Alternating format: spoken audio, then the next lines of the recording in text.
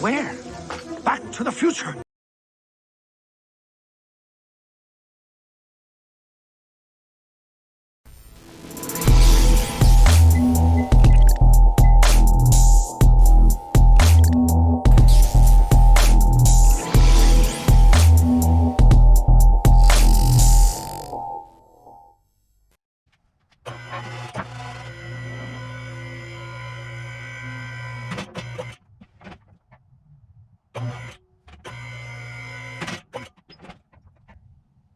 Alright, so far so good. I'm a little nervous to go up higher. I gotta double check the locks, just because we get close with the garage door opener, but I'm gonna let it run on this for a couple days. It should be good because it's on the locks, but we'll see how it goes for a couple days and we'll be back.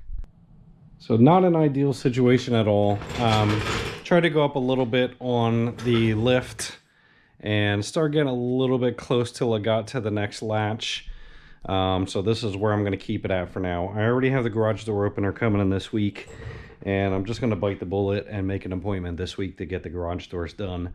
So I'm going to do the first job on this. Again, not ideal because I don't have it high enough to get under it. I guess I could on a creeper, but I'm not about that life anymore. And more importantly, I want to drive the car. So I can't get a jack underneath the jacking rail tray thing either, so I got to keep it minimal. I got a set of Morimoto XB Foglights.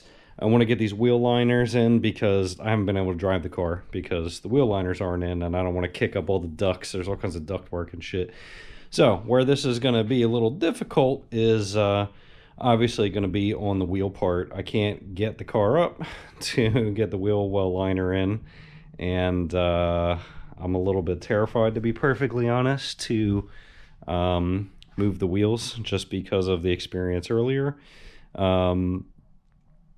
So it is what it is. Alright, so I'm going to go ahead and get cracking on this and see how it's going to work. I don't think it's going to work well, but let me try it. I've worked with worse. And see if we can at least get this stuff done so the car's back on the ground. I could drive the car.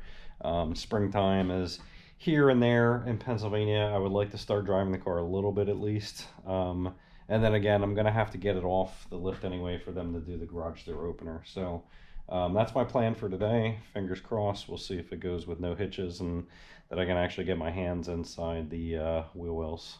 Get one fog light out. That was not the easiest thing in my career of working on cars that I've had to do.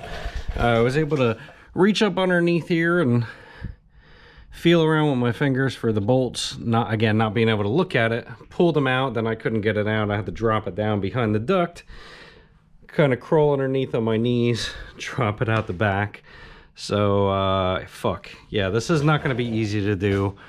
I gotta get this garage door opener done this week. I gotta get an air jack, or else this was a whole lot of money.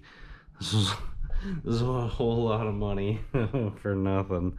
Let me go ahead and get the other side out. I'll continue, but this sucks. So as my temporary workbench, I'm out here in my kitchen assembling these fog lights. So you can see these are the Morimoto fog lights. You have the housings.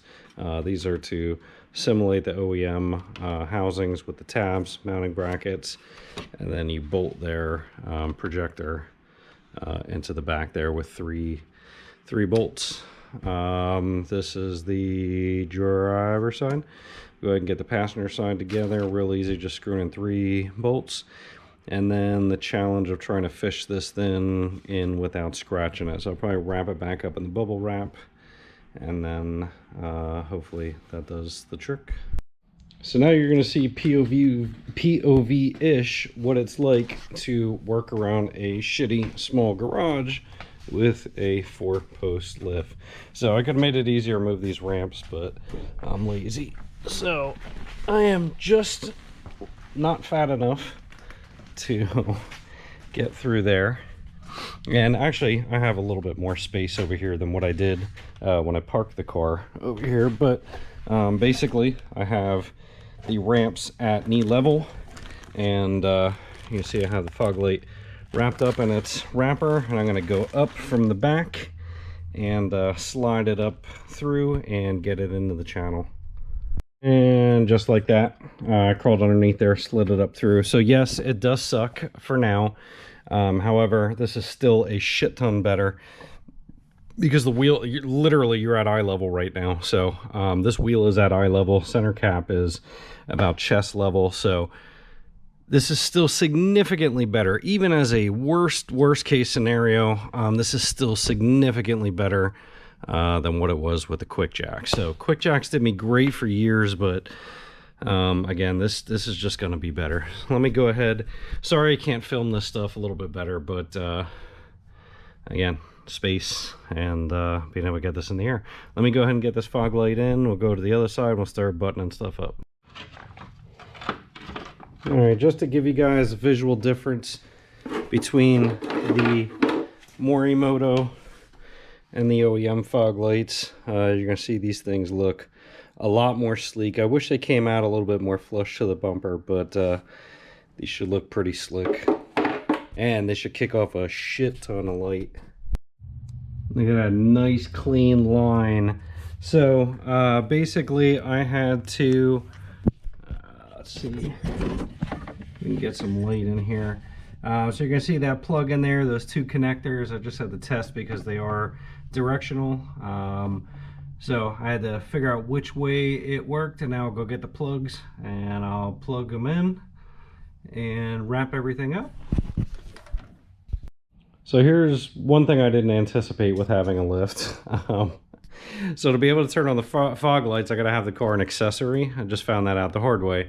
So now I gotta step up on a step ladder, reach in, put the car in accessory to test which connectors were which to be able to get this done. So first thing I'm finding out about having a lift. Otherwise, again, not too terrible. Definitely better to have things at chest height and eye height than shin height, but I digress. Keep going. We'll get these connectors in. So again, basically, we're just pinning these connectors. Let me see if I can get this out of the container.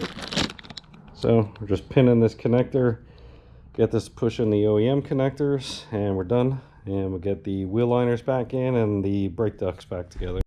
All right, so these ducts are a little bit of a pain in the ass. You have to sit them inside. You're gonna see a whole bunch of cutouts. These ducts actually have to slide into those cutouts, and then everything bolts all back together once you get the lip back in here. So we got the light over here, and I'll show you what I'm talking about. All right, so you're gonna see these channels, and then you're gonna see these tabs. These tabs have to fit in the channels, and then everything goes back together all nice and snug. So the fun part about having all this nice aero is kind of a pain in the ass to all go back together. Getting these nice new minty fresh wheel liners in. No more scuffs. Fresh from GM. Problem is some idiots at GM decided to put the shipping labels on the liners, and those things are like impossible to get off. So thankfully they're on the inside. At least they weren't totally mental, and they put them on the inside. However, it's still an annoyance. I'll go ahead and get these bolted in, and then we'll start doing the underside, getting the bolts back in, and then getting the air deflectors to the radiator installed. All right, another one down for Project Resto Vet. Got the nice new wheel liners in, got all the under trimmings in, got all that fixed up. That shit was all missing bolts. Got the Morimoto fog lights in, so it's drivable at least. I'd like to try and drive it to work this week if I can. That's kind of what the intent was.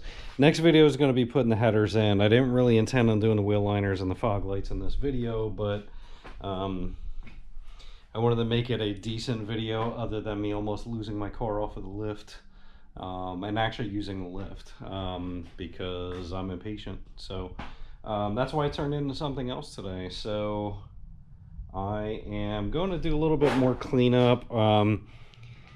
These are the mounting brackets for the lift. I think I'm actually gonna put some lumber on those and actually elevate my air compressor a little bit. I have a drain on that. I'm gonna do that.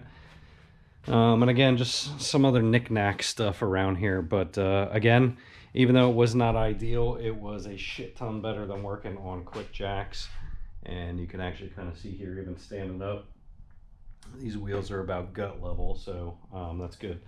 All right, I am going to end this video. Thank you guys for watching. Try not to beat me up too bad for the mishap with getting it on the runways over the next week or 2 or 3 or ish. I'm going to figure out a better solution to get this thing up on the runways without me losing my life or losing my car or something. So I will go ahead and work on it. Man, the stuff you see when things are at eye level. Look at that. So scuff on my mirror. I would have never seen that otherwise. So I'm going to go ahead and get that worked out for the next video. Hopefully I look a little bit more like a pro next time. But learn from my mistakes and don't do what I did. And we'll catch you guys on the next one. Thanks for watching.